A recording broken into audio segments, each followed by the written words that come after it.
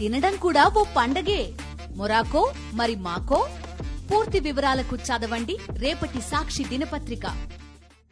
తెలుగు ప్రజలకు ఒళ్ళు గగ్గురుపాటు తెప్పించే పొలిటికల్ డైలాగ్ ఒకటుంది. అదే నేను గొప్ప విజనరీ. ఈ డైలాగ్ని చంద్రబాబు దశాబ్దాలుగా చెబుతూ తెలుగు ప్రజలను వేధిస్తూనే ఉన్నారు. అసలు విషయం ఏంటంటే ఆయన నిజంగానే విజనరీయే. ప్రతిపక్ష పార్టీ ప్రజాప్రతినిధులను ఎలా ప్రలోభపెట్టి పసుపు కండువా వేయాలో గ్రహించడంలో చంద్రబాబు మహా విజనరీ అంటున్నారు పరిశీలకులు. ఎంపీల నుంచి మేయర్ల దాకా ఎవరెవరికి ఎంత రేటు పెట్టాలో, లొంగని వాళ్ళని ఎలా బెదిరించాలో తెలిసిన గ్రేట్ విజనరీ అంటున్నాయి రాజకీయ వర్గాలు. విలువలు, విశ్వసనీయత, సిద్ధాంతాలకు దూరంగా నీచ రాజకీయాలు చేయటంలో దేశంలోనే తిరుగులేని నేతగా రికార్డుల మీద రికార్డులు సొంతం చేసుకున్న టీడీపీ అధినేత మరోసారి ప్రలోభాల పర్వానికి తెరతీశారు. వైఎస్ఆర్సీపీ ఎంపీలు, ఎమ్మెల్సీల లక్ష్యంగా కొనుగోళ్లకు తెరతీశారు. దీనిపైనే ఇవాల్టి మ్యాగజైన్ స్టోరీ. ప్రలోభ పెట్టడం, వంచటం, నమ్మించి నిలువున ముంచటం, బెదిరించటం, ఇలాంటి దిక్కుమాలిన రాజకీయాల్లో పచ్చముఠ పీహెచ్డీ చేసింది. ఇక ఆ పచ్చముఖ అధినేత గురించి తెలుగు ప్రజలకు ప్రత్యేకంగా చెప్పనక్కర్లేదు కదా. ముఖ్యమంత్రిగా ప్రమాణ స్వీకారం చేసి కనీసం 100 రోజులు కూడా కాలేదు. అప్పుడే వైఎస్ఆర్సీపీ ఎంపీలు, ఎమ్మెల్సీలను కొనేయటం మొదలుపెట్టేశారు. నోట్ల కట్టలతో ప్రజాస్వామ్య స్ఫూర్తిని అవహేళన చేయటం ప్రారంభించేశారు. వైఎస్ఆర్సీపీ రాజ్యసభ సభ్యుల పదవీ కాలాన్ని బట్టి వాళ్ళకి రేట్స్ ఫిక్స్ చేసి మరీ మకిలి రాజకీయాలు ప్రదర్శించేస్తున్నారు. దేశంలో కనింగ్ పాలిటిక్స్ కి కేర్ ఆఫ్ అడ్రస్ తానే అని మరోసారి నిరూపిస్తున్నారు. భారతదేశ రాజకీయ చరిత్రలో వంచన రాజకీయాలను మలుపు తిప్పిన నాయకుడు చంద్రబాబు నాయుడు. దగాకోరు రాజకీయాల ఉనికిని అత్యంత బలంగా దేశ రాజకీయ చిత్రపటంలో చాటిన నాయకుడు చంద్రబాబు అంటారు రాజకీయ పరిశీలకులు. ఎన్టీఆర్ కి వెన్నుపోటు పొడవటం దగ్గర నుంచి మొదలు పెడితే నేటి దాకా అధికారం కోసం, అవసరం కోసం, రాజకీయ పబ్బాన్ని గడుపుకోవటం కోసం ప్రజాస్వామ్య స్ఫూర్తిని వెక్కిరిస్తూనే ఉన్నారు. రాజకీయాల్లో విలువల వలవలు తీసేస్తూనే ఉన్నారు. ఇందిరాగాంధీ ఆదేశిస్తే మామ ఎన్టీఆర్ మీదే పోటీ చేస్తానని ఢాంబికాలు పలికి రాత్రికి రాత్రి కాంగ్రెస్ ని వీడి పసుపు కండువా వేసుకున్న చరిత్ర చంద్రబాబుది. పార్టీ ఫిరాయింపులు, ప్రతిపక్ష పార్టీ ప్రజాప్రతినిధులను ప్రలోభ పెట్టడం లాంటి నీచ రాజకీయాల్లో ఆరితేరిన చంద్రబాబు ఇప్పుడు మళ్లీ అదే మొదలు పెట్టారు. ముఖ్యమంత్రిగా బాధ్యతలు స్వీకరించి కనీసం 100 రోజులు కూడా కాలేదు. ఇంత తక్కువ సమయంలోనే ఎన్నికల్లో ప్రజలకిచ్చిన హామీలను తొంగలో తొక్కేశారు. రెడ్ బుక్ రాజ్యాంగం అండతో రాష్ట్ర వ్యాప్తంగా హింసరచన చేస్తున్నారు. 1000 కోట్ల రూపాయలు ఖజానాలో ఉన్నా చిల్లి గవ్వలేదని బికారి మాటలు చెబుతూ 1000 కోట్ల రూపాయలు అప్పులు చేస్తున్నారు. సంక్షేమం ఊసులేదు, అభివృద్ధి మాట లేదు. కేవలం 3 నెలల్లోనే ఆంధ్రప్రదేశ్ ప్రతిష్టని దేశం ముందు దిగజార్చిన చంద్రబాబు ఇప్పుడు ప్రజాస్వామ్య స్ఫూర్తిని అపహాస్యం చేయడానికి రెడీ అయిపోయారు. ఒకవైపు వైఎస్ఆర్సీపీ నేతల మీద హింసరచన కొనసాగుతూనే ఉంది. మరోవైపు తన ట్రేడ్ మార్క్ కుట్ర రాజకీయాలకు కూడా చంద్రబాబు పదును పెట్టడం మొదలుపెట్టారు. వైఎస్ఆర్సీపీ ప్రజాప్రతినిధులను ప్రలోభ పెట్టడమే లక్ష్యంగా నీచ రాజకీయాలను పరుగులు పెట్టిస్తున్నారు. ప్రధానంగా వైఎస్ఆర్సీపీ రాజ్యసభ సభ్యులతో పాటు కొందరు ఎమ్మెల్సీలకు భారీగా ప్రలోభాల ఎరవేశారు. టీడీపీ ఆవిర్భావం తర్వాత రాజ్యసభలో ఆ పార్టీకి ప్రాతినిధ్యం లేకపోవటం అన్నది ఇదే తొలిసారి. అందుకు కారణం కూడా చంద్రబాబు నాయకత్వమే. మరోవైపు రాష్ట్రం నుంచి రాజ్యసభలో ఉన్న 11 స్థానాల్లోనూ వైఎస్ఆర్సీపీ ఎంపీలే ప్రాతినిధ్యం వహిస్తున్నారు. మరో 2 ఏళ్ల వరకు రాజ్యసభ ద్వైపాక్షిక ఎన్నికలు కూడా లేవు. కేంద్ర ప్రభుత్వ బిల్లుల ఆమోదానికి రాజ్యసభలో సంఖ్యాబలం అత్యంత కీలకం కావడంతో వైఎస్ఆర్సీపీ జాతీయ స్థాయిలో రాజకీయంగా ప్రభావశీల పాత్రను పోషించే స్థితిలో ఉంది. దీంతో కంగారెత్తిపోతున్న చంద్రబాబు వైఎస్ఆర్సీపీ రాజ్యసభ సభ్యులను ప్రలోభాలకు గురిచేసి టీడీపీలో చేర్చుకునేందుకు కుట్రలకు తెరతీశారు. వైఎస్ఆర్సీపీ రాజ్యసభ సభ్యులు కొందరిని లక్ష్యంగా చేసుకుని భారీ మొత్తాన్ని ఎరవేశారు. ఇప్పుడు ఎంపీ పదవికి రాజీనామా చేస్తే రాజ్యసభ స్థానాలకు జరిగే ఉప ఎన్నికల్లో వారికే అవకాశం ఇస్తామని ఆశ చూపిస్తున్నారు.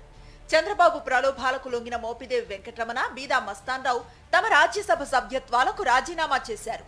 ఎమ్మెల్సీ పోతుల సునీతను కూడా ఇలానే ప్రలోభాలకు గురిచేసింది పచ్చముఠ. విలువలు, విశ్వసనీయత అనే పదాలే తన నిఘంటువులో లేవని దశాబ్దాలుగా నిరూపించుకుంటూనే ఉన్నారు చంద్రబాబు. అలాంటిదే ఆయన హఠాత్తుగా రాజకీయాల్లో విలువల గురించి మాట్లాడటం మొదలుపెట్టారు. ఎమ్మెల్యేల బలం, అధికార మదం, అక్రమార్జన, అవినీతి సొమ్ముతో ప్రజాప్రతినిధులను కొనుగోలు చేస్తున్న సీఎం చంద్రబాబు నిస్సిగ్గుగా నీతి సూత్రాలు వల్లిస్తున్నారు. ఓవైపు వైఎస్ఆర్సీపీ సభ్యుల కొనుగోళ్లకు తెరతీసి మరో పక్క సుద్దపూస కబుర్లు చెప్పటం చూసి సామాన్య ప్రజలు నోళ్లెళ్లబెడుతున్నారు. అయితే రాజకీయ పరిశీలకులు మాత్రం చంద్రబాబు స్టైలే ఇదని, ఆయన ఏదైనా చెబుతున్నారంటే దానికి పూర్తి విరుద్ధంగా చేస్తున్నారని అర్థం అంటున్నారు. ఎవరు వచ్చినా రాజీనామా చేసి రమ్మంటున్నాం. ఎక్కడొచ్చినా కూడా we want to maintain certain standards and values. వాళ్ళు రాజీనామా చేసి వస్తే దాన్ని బట్టి మనుషులను బట్టి క్యారెక్టర్ వాళ్ళ యొక్క వ్యక్తిత్వాన్ని బట్టి ఆలోచించి విల్ టేక్. విన్నారుగా చంద్రబాబు వల్లించిన శుద్ధపూస డైలాగ్స్. రాజకీయాల్లో విలువలు ఉండాలని నోటితో చెబుతారు, చేతల్లో మాత్రం డబ్బుల సంచులతో వైఎస్ఆర్సీపీ ఎంపీలను కొనేస్తున్నారు. కొంతమందికి టర్మ్ పట్టి వెలకడుతున్నారు. 4 ఏళ్ల టర్మ్ ఉంటే 50 కోట్లు, 2 ఏళ్ల పదవీ కాలం ఉంటే 20 కోట్ల చొప్పున కొనుగోళ్లకు తెగించారు. తప్పుడు పనులు చేస్తూనే మళ్లీ విలువల గురించి మాట్లాడుతున్నారు. రాజీనామా చేసి వస్తేనే తీసుకుంటామని చంద్రబాబు చెప్తున్నారు. మరి రాజ్యసభ సభ్యుడి లాంటి ఉన్నత హోదాలో ఉన్నప్పుడు పదవీ కాలాన్ని వదిలేసుకొని ఏమీ ఆశించకుండా ఎందుకు వస్తారనే ప్రశ్నలు ఉత్పన్నమవుతున్నాయి. వారిని ప్రలోభాలకు గురి చేస్తున్నట్లుగా ఇక్కడే వెల్లడవుతుంది. ఈ రోజు మీరు మరలా కొనుగోలు మొదలుపెట్టారు. ఈరోజు ఇండైరెక్ట్ సేల్ అంటే ఏ విధంగా ఉంది? నాకు తెలిసినటువంటి సమాచారం ప్రకారం నువ్వు ఎవరి చేత అయితే రాజీనామా చేస్తున్నావో వాళ్ళని మీ పార్టీలో చేర్చుకుంటున్నావో ఆ టికెట్ వాళ్ళకే ఇస్తావా? ఇవ్వాలి కదా. కొంతమందికి మాత్రం నేరుగా వాళ్ళతోనే బేరసారాలు పెట్టావు. మీరు రాజీనామా చేయండి, మరలా నా పార్టీలోకి రండి.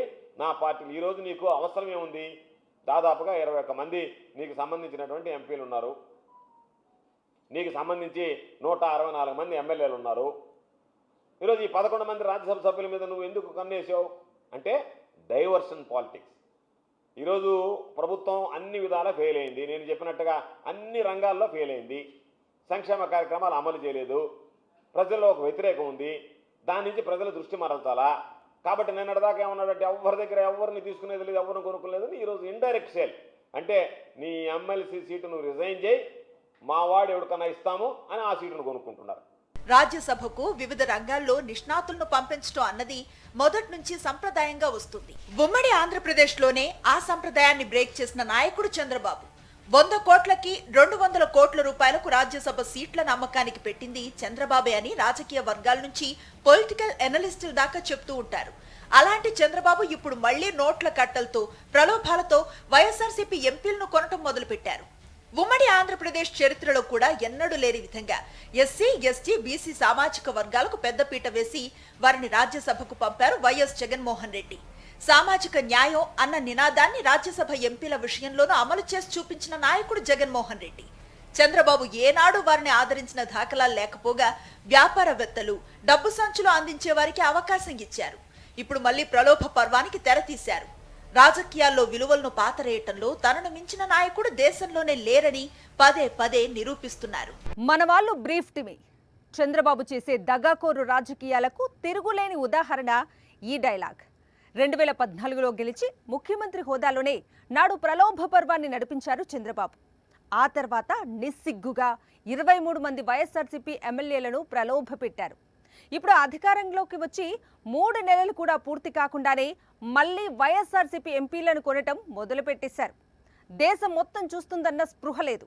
ప్రతిపక్ష పార్టీ ప్రజాప్రతినిధులను సంతలో పశువులు కొన్నట్లు కొనడాన్ని దేశ ప్రజలు చీకొడుతున్నారన్న భయమూ లేదు. ఎందుకంటే పచ్చ ముఠాకి తొలి నుంచి తెలిసింది ఇదే. హామీలతో ప్రజలను ప్రలోభ పెడతారు. నోట్ల కట్టలతో ప్రతిపక్ష పార్టీ ప్రజాప్రతినిధులను ప్రలోభ పెడతారు. కుట్ర రాజకీయాలు, క్షుద్ర రాజకీయాలు, మకిలి రాజకీయాలు ఎలా పిలుచుకున్నా పర్వాలేదు. ప్రజాస్వామ్యాన్ని అపహాస్యం చేస్తూ రాజ్యాంగ స్ఫూర్తిని వెక్కిరిస్తూ నీచ రాజకీయాలు చేయటంలో చంద్రబాబును మించిన నాయకుడు లేడన్నది ఆయన రాజకీయ జీవితంలో ప్రతి దశ తేల్చి చెబుతూనే ఉంటుంది. ప్రజల హృదయాలను గెలుచుకోవాలి, ప్రజల విశ్వసనీయతను గెలుచుకోవాలి, విలువలతో కూడిన రాజకీయాలు చేసే నాయకుడిగా గుర్తింపును పొందాలి. ఈ తరహా తపన తొలి నుంచి చంద్రబాబుకు లేదు. తెలిసిందల్లా కుట్రలు, బేరసారాలే. ఉమ్మడి ఆంధ్రప్రదేశ్ విభజన తర్వాత 2014లో ఏపీ ముఖ్యమంత్రిగా బాధ్యతలను స్వీకరించిన వెంటనే చంద్రబాబు చేసింది క్షుద్ర రాజకీయాలే. కొత్తగా ఏర్పడిన రాష్ట్రం, రాజధాని కూడా లేని రాష్ట్రం, 5.5 కోట్ల మంది ఏపీ ప్రజల భవిష్యత్తుకు భరోసా ఇవ్వాల్సిన కీలకమైన తరుణం. ఆ సమయంలో కూడా చంద్రబాబు దృష్టంతా ప్రలోభాల పర్వం మీదే. 2015లో తెలంగాణ ఎమ్మెల్సీ ఎన్నికల్లో ఓటుకు కోట్ల కుట్రకు తెగబడ్డారు. టీడీపీ అభ్యర్థిని గెలిపించేందుకు నామినేటెడ్ ఎమ్మెల్యే స్టీఫెన్సన్ కి కోట్ల రూపాయలు పంపి సాక్ష్యాలతో సహా అడ్డంగా దొరికిపోయారు. మా వాళ్లు బ్రీఫ్డ్ మీ అంటూ స్టీఫెన్సన్ తో చంద్రబాబు మాట్లాడిన మాటలు జాతీయ స్థాయిలో ఆయన బండారాన్ని బట్టబయలు చేశాయి. Hello. Sir, good evening, sir. Good evening, brother. How are you? Yes, fine, thank you. Manwal, they briefed me. Yes, sir. I am with you, don't bother. Right, sir. For everything, I am with you. Ah. What all they spoke, will honor. Yeah, right, sir. And freely you can decide, no problem at all. Okay, sir. That is our commitment, we will work together, no problem. Right. ఈ ఉదంతంపై తెలంగాణ పోలీసులు case నమోదు చేయడంతో చంద్రబాబు రాత్రికి రాత్రే హైదరాబాద్ ను విడిచిపెట్టి కరకట్ట నివాసానికి చెక్కేశారు. దీంతో నాడు ఉమ్మడి రాజధాని హైదరాబాద్ లో ఏపీ ప్రయోజనాలను పణంగా పెట్టారు. 10 ఏళ్ల పాటు హైదరాబాద్ లో ఉంటూ ఏపీని అభివృద్ధి చేసుకునే అవకాశాన్ని తన కుట్ర రాజకీయాలకు బలి చేసేశారు. అక్కడితో అయిపోలేదు.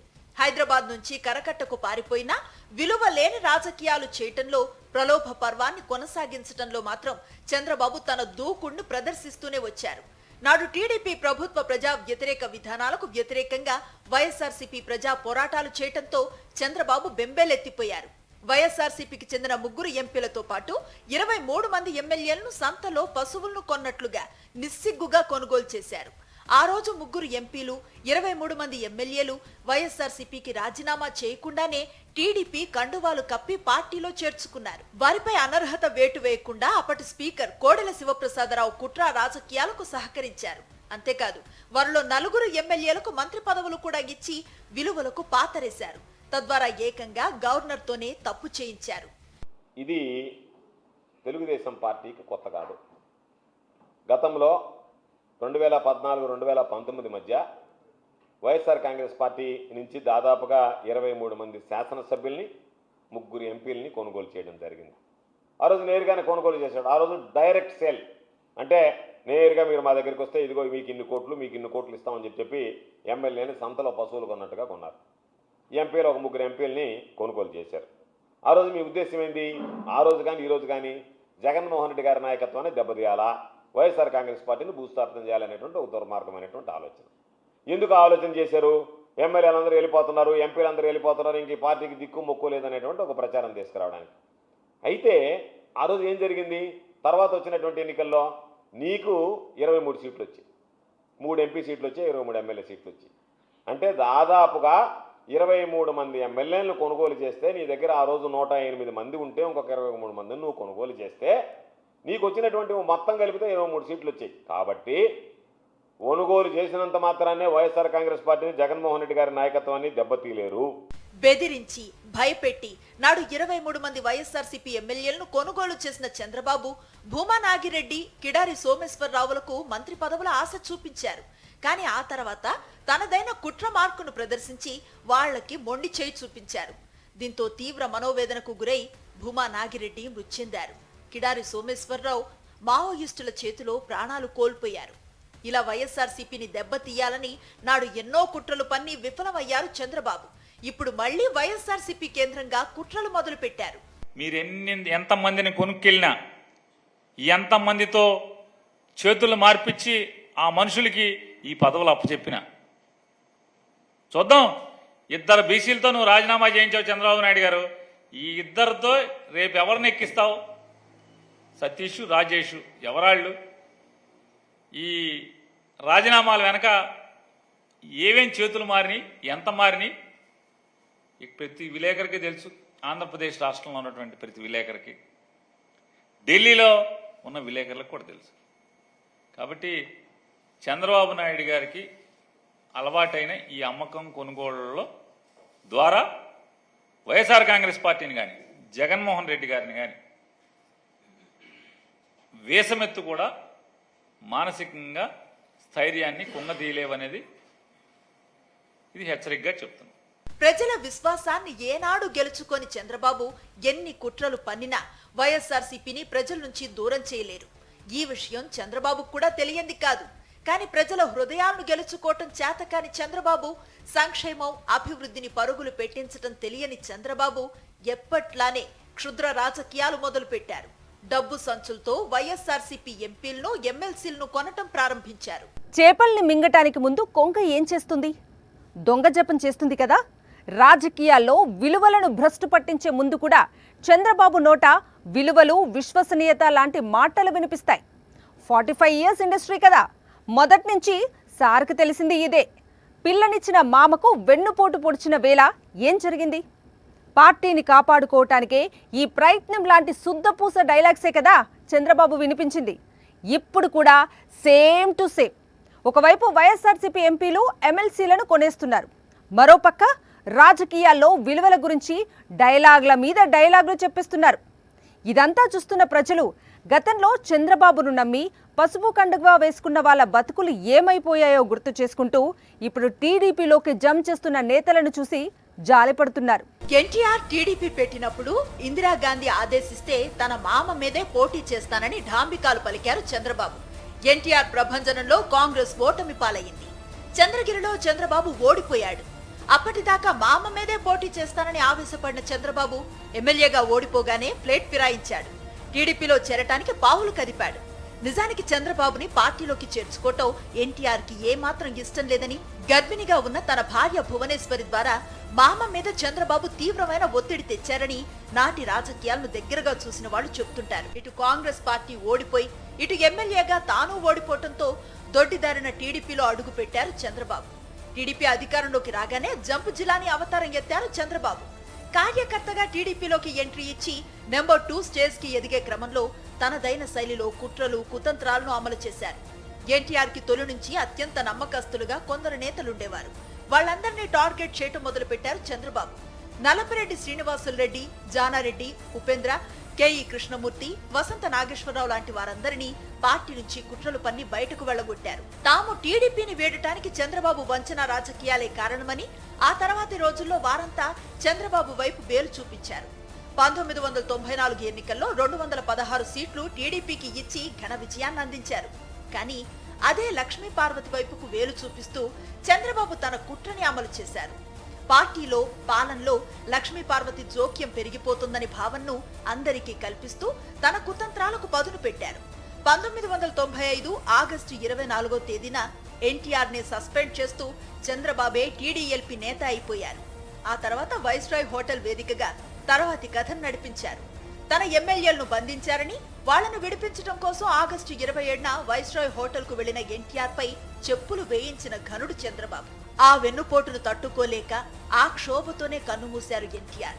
ఆ కుట్రలో తనకు సహకరించిన తోడలుడు దగ్గుబాటి వెంకటేశ్వరరావు, బావమరిది నందమూరి హరికృష్ణ తదితరులందరికీ పొగబెట్టి పార్టీ నుంచి బయటకు పంపేశారు.